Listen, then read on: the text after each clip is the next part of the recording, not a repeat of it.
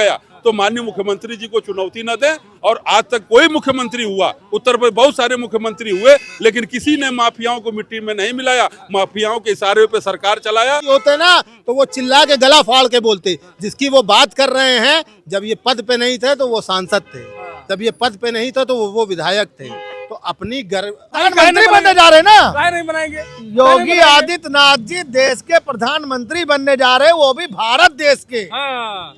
तो भारत राष्ट्रीय अध्यक्ष ईडी इतना मजबूत थी विपक्ष के लिए कि ईडी जो है सब विपक्षियों को पकड़ पकड़ के जेल में डाल दे रही है। और आप कह रहे हैं आज ईडी इतनी कमजोर होगी, दरवाजा नहीं खुलवा पा रही। अरे भैया या तो इधर रही है तो उधर रही है, अब पता ही नहीं किधर है। भैया भारतीय जनता पार्टी की किस्मत बड़ी अच्छी हो, चाहे केंद्र में संसद सत्र चलना हो, चाहे प्रदेश में विधानसभा का सत्र चलना हो, एक ऐसा मुद्दा आ जाता है और पूरा विपक्ष उसी में घूमता रहता है और फिर आरोप लगा देता है सत्ता पक्ष के ऊपर। ये तो बिल पास करा लिए। आप देख रहे हैं नेशनल अयोध्या, मैं अनु स्वागत करता हूं। चैनल पर बात करेंगे कि उत्तर प्रदेश में बुलडोजर फिर से चलने वाला है और वो बुलडोजर चलेगा समाजवादी पार्टी के ऊपर, क्योंकि योगी जी ने आज सदन में कह दिया है कि अगर बुलडोजर चलेगा तो समाजवादी पार्टी को सबसे ज्यादा दिक्कत होगी।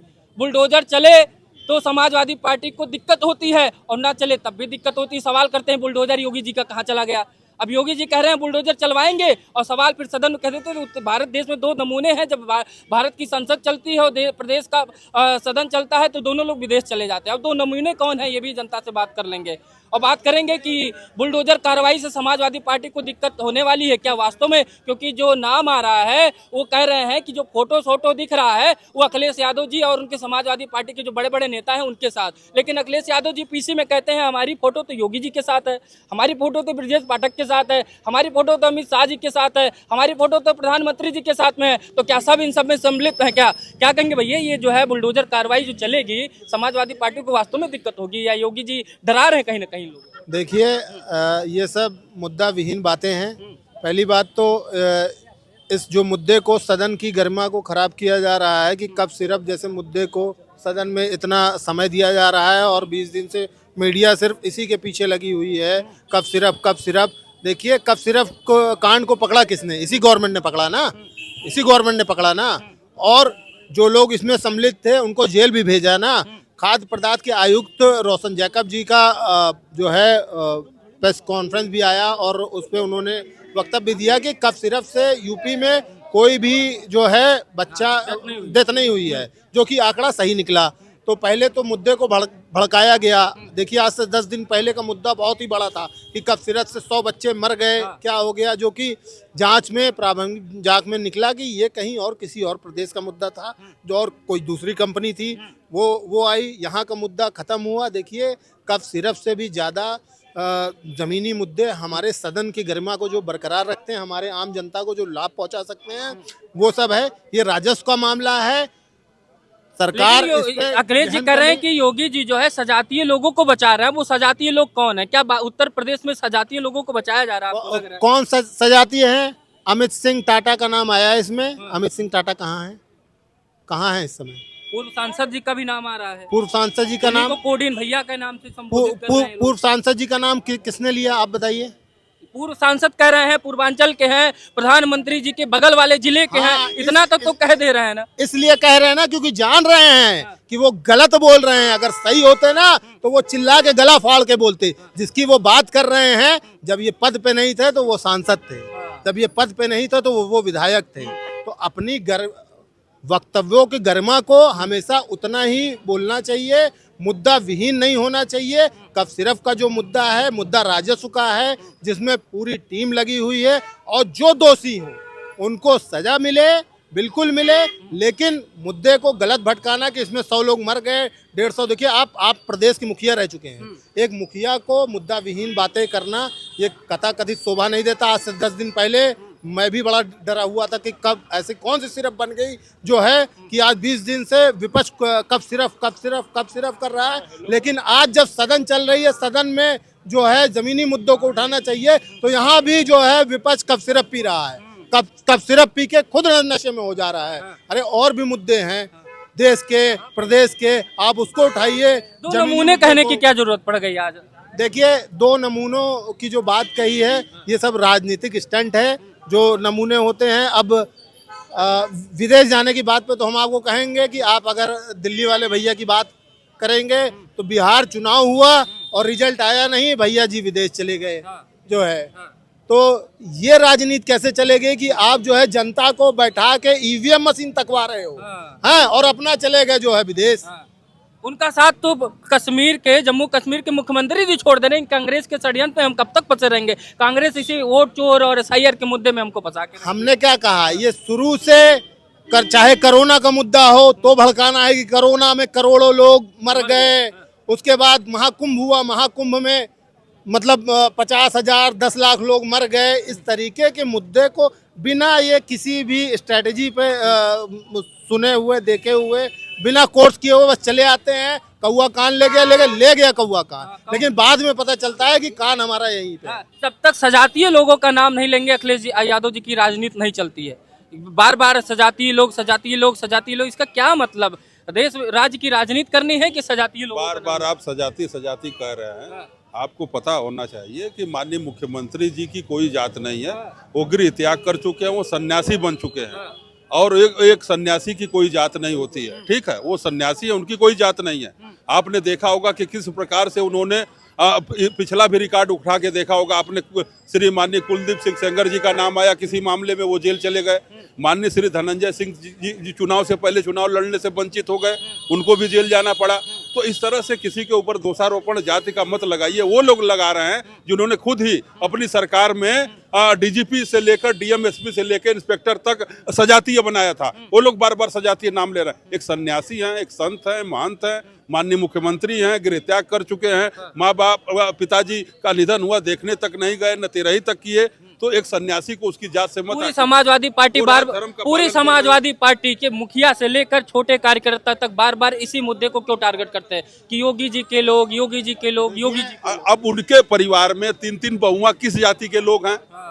एक तो क्या बताया जाए, देखिए ये कंफ्यूज लोग हैं और ये दिशा भ्रमित लोग हैं। इन लोगों के पास न कोई एजेंडा है, न कोई नीति है, न कोई नियत है।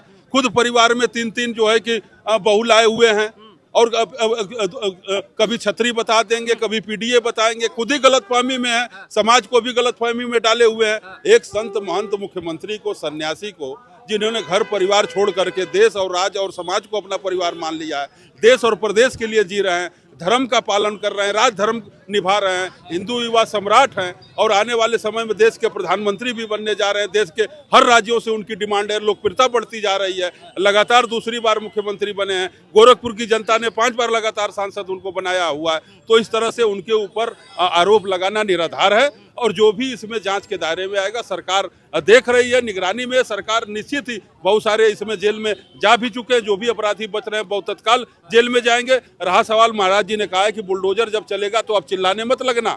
उसी तरह से होगा जिस तरह से इलाहाबाद के अंदर गवाह को मारा गया था। माननीय मुख्यमंत्री जी विधानसभा चल रही थी और माननीय मुख्यमंत्री जी ने कहा था कि बहुत जल्द ही माफियाओं को मिट्टी में मिला दूंगा और मिला दिया गया। तो माननीय मुख्यमंत्री जी को चुनौती न दें। और आज तक कोई मुख्यमंत्री हुआ, उत्तर प्रदेश बहुत सारे मुख्यमंत्री हुए, लेकिन किसी ने माफियाओं को मिट्टी में नहीं मिलाया। माफियाओं के इशारे पे सरकार चलाया और माफियाओं के इशारे से ठेकेदारी कराया और गुंडा टैक्स और गुंडाई कराया। माननीय मुख्यमंत्री जी न्यायप्रिय, लोकप्रिय, कानून प्रिय व्यक्ति, उन्होंने माफियाओं को मिट्टी में मिलाने का काम। योगी जी को चैलेंज देकर कहीं ना कहीं समाजवादी पार्टी कहीं अपने लिए तो खतरे की घंटी तो नहीं बचा ली?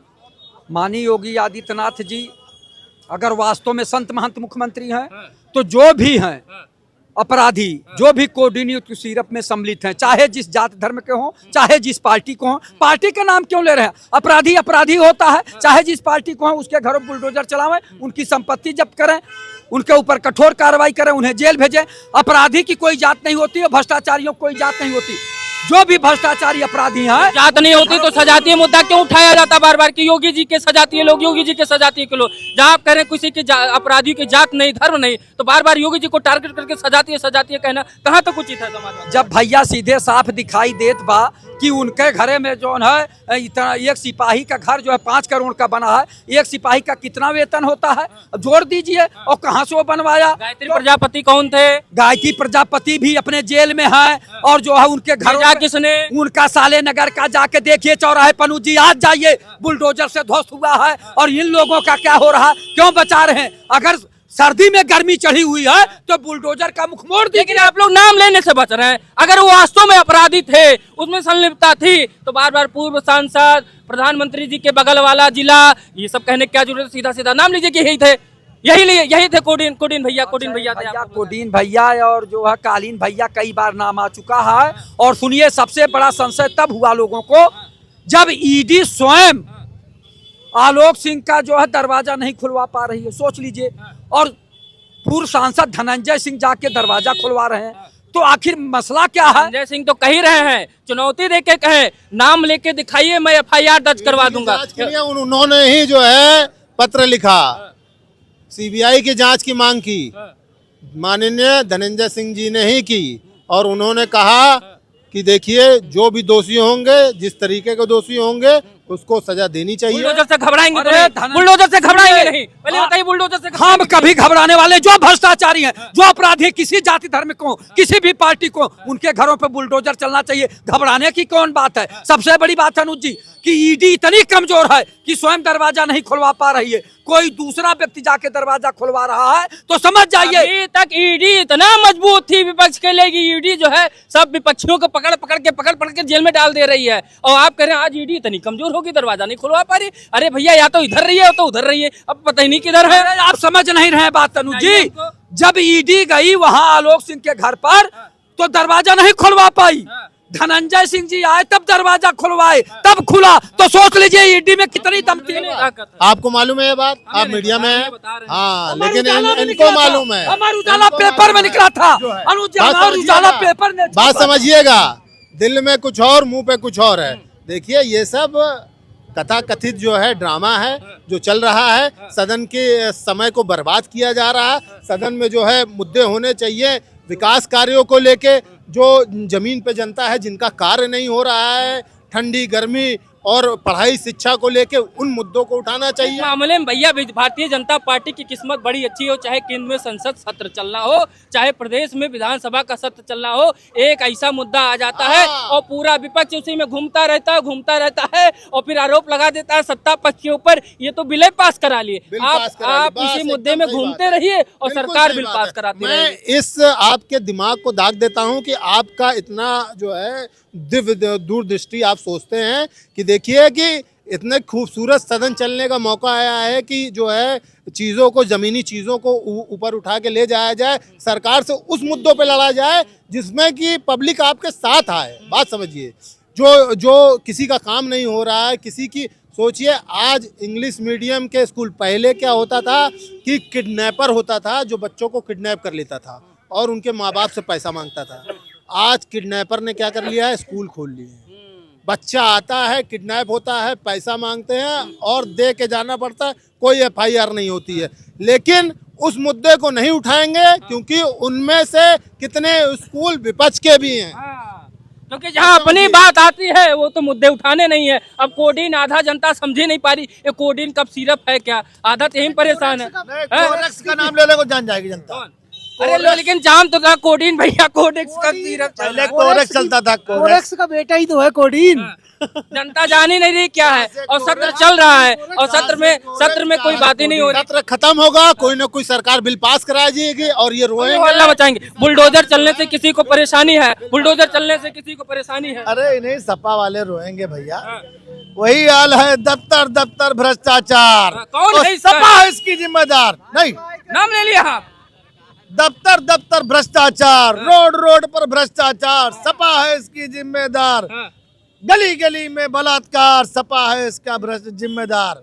9 साल से इस भारतीय जनता पार्टी की सरकार, समाजवादी पार्टी किसी जिम्मेदार हो गई? भैया हमार पहले मुकदमा ना ही लिखा जाता रहा, अब मुकदमा लिखा जाता है, और चल रहा है, बिल कुछ और पास हो जा रहा है, तो जिम्मेदार कौन है? कहीं कलाकार दोनों तरफ। हाँ, विपक्ष का क्या काम है? हमको तो लगता है कि ये भी भाजपा से मिले हुए हैं, सब मिले हुए हैं। समाजवादी पार्टी इस समय बी टीम है, भारतीय जनता पार्टी विपक्ष में है कौन? विपक्ष में है कौन? भारतीय जनता पार्टी साफ करा दिया। सरकार बनाने में 27 में पूर्ण बहुमत की सरकार भारतीय जनता पार्टी सरकार बनाएगी और उसका विशेष सहयोग जाएगा माननीय अखिलेश यादव। विशेष सहयोग अखिलेश यादव जी स्वयं बनवाएंगे भारतीय जनता पार्टी की सरकार, योगी जी बनेंगे तीसरी बार के मुख्यमंत्री, ऐसा माहौल बना दे रहे हैं कि विपक्ष में रहेंगे इनके लोगों के हिसाब से। नहीं, अगली बार नितिन नवीन जी यहाँ जो है हाँ। अभी मुख्यमंत्री बनेंगे। नितिन नवीन जो कि प्रदेश भाजपा के कार्यकारी राष्ट्रीय अध्यक्ष हैं, और आप उनको मुख्यमंत्री बनाएंगे, इतना बड़ा पद छोड़वा मामला के? ये है हाँ। कि देखिए, ये जितना जो है सभी फीस बढ़ रही है, ये जो महंगाई बढ़ रही है, ये सब जितने काम हो रहे हैं, जितने मुकदमे हो रहे हैं, अब मुकदमा का डाटा उठा के देखा जाए कि 5 साल अखिलेश के सरकार में, 5 साल बसपा के सरकार में, 5 साल माननीय बाबा जी के सरकार में किसमें मुकदमे ज्यादा हुए? अब ऐसे कह देना जो है, एनसीईआरटी का डाटा कहता है, एनसीईआरटी ने, एनसीईआरटी किताब है, एनसीईआरटी का डाटा कहता है कि सबसे ज्यादा जो है मतलब मुकदमे इनके, ये दलित मुकदमे इनके राज्य में हो रहे हैं, उन्हीं सरकार का विभाग है, वो अलग बात हो गई। लेकिन अभी यहाँ जो है चोर चोर मशहूर भाई खेला जा रहा है। सपा कहे कि भाजपा वाले दोषी और भाजपा कहेगी सपा वाले दोषी, और ये कोई नहीं कहेगा कि इस पे कठोर, एकदम कठोर कार्रवाई होगी, इस पे गैंगस्टर लगाया जाएगा, इस पे पोटा लगाया जाएगा, ये कोई नहीं कहेगा। ये कौन कहेगा अभी पता नहीं चल रहा है कि कौन कहेगा। अभी अलग बात है कि जो कॉन्ट्रैक्टर, बड़े बड़े कॉन्ट्रैक्टर जितने भी बसपा सरकार में थे, वही सपा सरकार में थे और वही आज भाजपा सरकार में है। अब ये अलग बात है कि भाजपा वाले उपेक्षित हैं, हम ये नहीं कह रहे हैं, इनके ही जो केंद्रीय पर्यवेक्षक कह रहे हैं, हम नहीं कह रहे हैं। आपने लेकिन व्यंग्य मार दिया कि बताइए, भारतीय जनता पार्टी विश्व की सबसे बड़ी पार्टी के कार्यकारी राष्ट्रीय अध्यक्ष को आप उत्तर प्रदेश का मुख्यमंत्री बनाने के लिए जाने बाबा जी प्रधानमंत्री बनने जा रहे हैं ना, काय नहीं बनाएंगे? योगी आदित्यनाथ जी देश के प्रधानमंत्री बनने जा रहे हैं, वो भी भारत देश के। तो भारत और राष्ट्रीय देश- अध्यक्ष को लाके मुख्यमंत्री बना देंगे। राष्ट्रीय अध्यक्ष तो देखिए अच्छा, एक बात बताइए, सांसद को बहुत दिनों बाद, सुनो भैया देखो, नहीं, आप बहुत सुनो। दिनों बाद नहीं, आप हमारे बोलो, कायस्थ समाज को हाँ, देखो, नितिन नवीन जी भारतीय जनता पार्टी जो आगे श्रीवास्तव नहीं लिखता है, हाँ। कायस्थ नहीं लिखता है, उसी को आगे बढ़ाती है। हाँ। प्रशांत कुमार जी पूर्व डीजीपी, हाँ, शिक्षा उनको चयन जो लाके कितना हाँ, बड़ा बताइए। हाँ। अध्यक्ष बनाया। आप भी हटा दीजिए नाम आगे। हटाई जयदीप तो है, श्रीवास्तव, हटाई आप भी तो- कोई पद पा जाएंगे, तो क्योंकि लाल आप खुद कह रहे हैं कि जो हमारे बिरादरी के लोग आगे सरनेम नहीं लगाते, आज से उनको हटा बड़ा दिया। पद, उनको बड़ा आज पद से हटा हटा दिया। दिए। आने वाले समय में आपको पद मिलेगा, आपके आने वाले चैनल समय में हाँ। मिलेगा। तो दर्शकों, इसी के साथ इस वीडियो को समाप्त करेंगे। आने वाले समय में उत्तर प्रदेश की राजनीति कहीं ना कहीं गर्माहट तो दिखने ही वाली है। मिलेंगे अगले वीडियो के साथ। बुलडोजर चलेगी, किसके ऊपर चलेगी, किसको तकलीफ होगी, किसको परेशानी होगी और किसको मजा आने वाला है, ये तो जनता तय करेगी 2027 के आने वाले चुनाव में। इसी के साथ इस वीडियो को समाप्त करते हैं। नमस्कार। Very good.